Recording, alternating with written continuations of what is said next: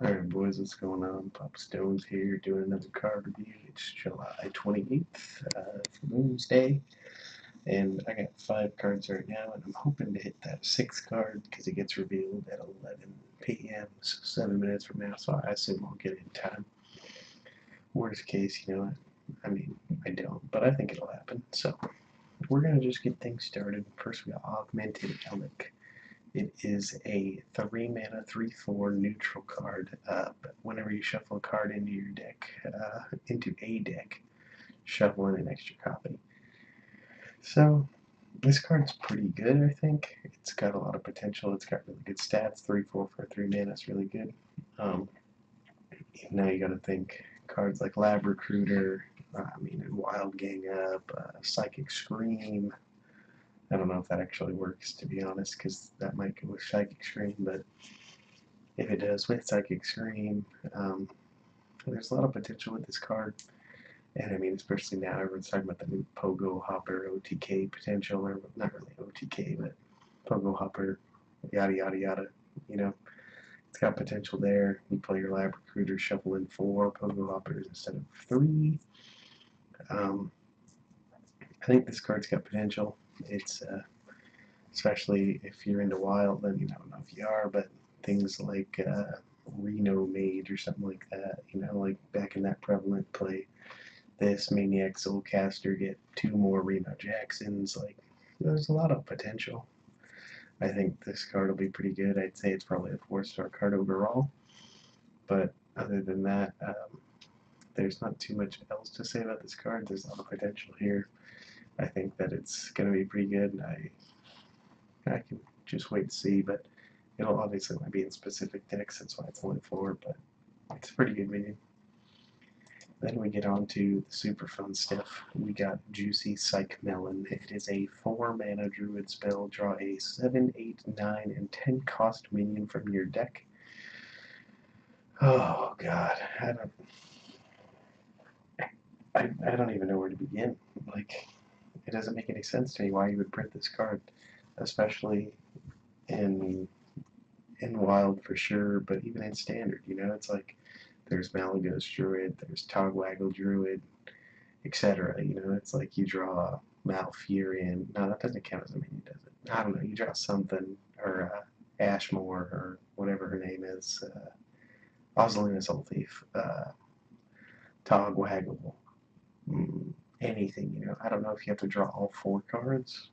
I mean, I assume you do, but because it doesn't say draw. Well, you might not even have to draw all of them. I don't know, 100%. But if you do, that's a little bit worse. If not, it's super broken.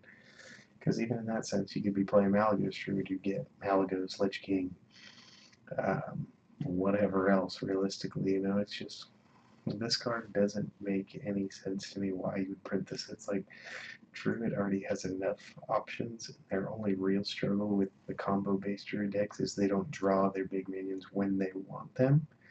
And now you're giving them a 4 mana spell to just say, hey, take out the inconsistency from your deck and add this in. So I'd say this is definitely a 5-star card.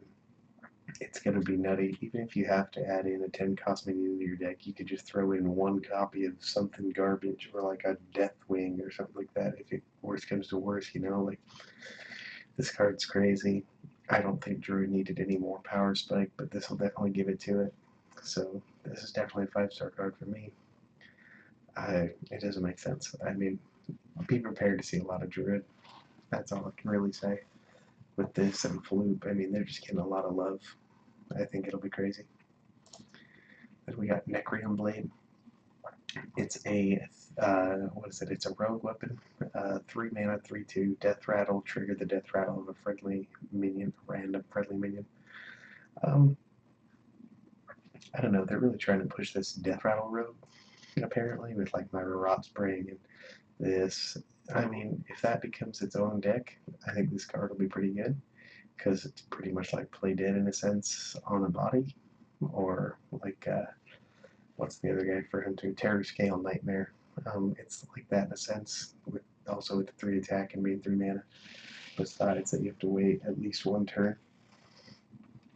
So if Death Rattle Rogue becomes a thing, I think this card will be pretty good and obvious staple in that sense. But how good will Death Rattle Rogue really be? So I'd say anywhere from 3 to 4, because if Death Rattle Rogue's irrelevant, it's just a 3-2 weapon, so it's not great. But if Death Rattle Rogue makes its own way into the meta, not even if it's great, I don't imagine it being top tier by any means, if it is, but I mean, you never really know.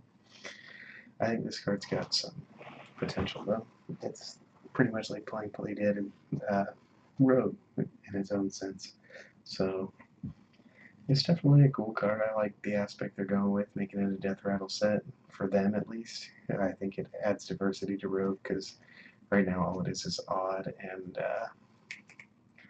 what's it called? Odd and Miracle.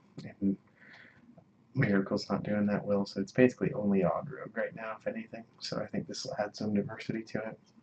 I'm hoping this sees play, but like I said, you kind of just have to wait, see if they get any better Death Rattle minions, and see if there's a way to pan it out in the next meta. And then we got Powerword Replicate. This is a 5-mana priest spell. It reads, choose a friendly minion, summon a 5/5 copy of it. This card's ass. I mean, realistically, to me, I don't see a reason why you would play this over Faceless Manipulator, because that also costs 5 mana, and it is the same exact thing, except it just copies the minion. So, say, the only reason it could be okay is if you wanted to copy a low mana, or a low statted, high value card, like, shit, I don't even, like a Northshire Cleric or something like along those lines, something that doesn't cost very much, and it would be worse to Faceless. But most of the time with Faceless, you're copying Mountain Giants or Lich Kings or things like that, things with really good stats, and so you get the stats for it. So I don't see this card seeing a lot of play. It still has the potential to be okay in the sense, like I said, you copy a Northshire Cleric or just something with like a good on-field effect. It'll be good in that sense, but other than that, it's probably not a fantastic card. So I'd say 3 stars, maybe 2, no guarantees for sure, but I don't know. It could be okay. The potential's there. I don't know. We're just gonna have to see how it plays out. And then the last card before I see if the reveal card's up is Voltaic.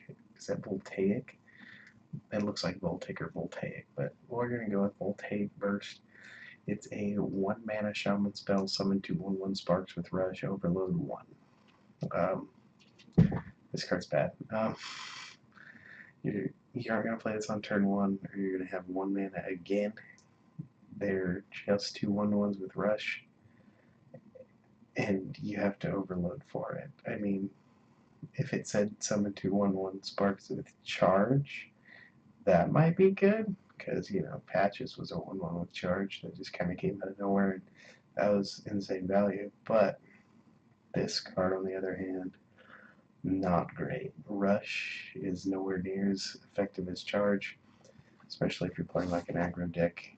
I just don't see the card seeing a lot of play. The only potential it has is like a 3-mana board clear, like fucking, what is it called? Flame Tongue Totem in this, and then you can rush for 6 damage. What are you animals doing? Yeah, you can rush for 6 damage, so that's not horrible, but it's just not that great. Even at that 3 mana, you can play Lightning Storm if you're playing, anything other than even Shaman, so this card's not that good. It's probably a 2-star at best, maybe even 1, but you never know for sure. I'm gonna say 2, but yeah, I don't know. I just don't have high hopes for it. Then we're gonna go check. This says reveal soon. We're gonna see if it's up. Oh, here we go. This is the Thunderhead. First time I'm reading this one. After you play a card with Overload, summon 2 1/1 sparks with Rush. Okay, now you definitely would not play Voltaic Burst ever. I mean, this is Voltaic Burst on a 3/5 body for 4 mana.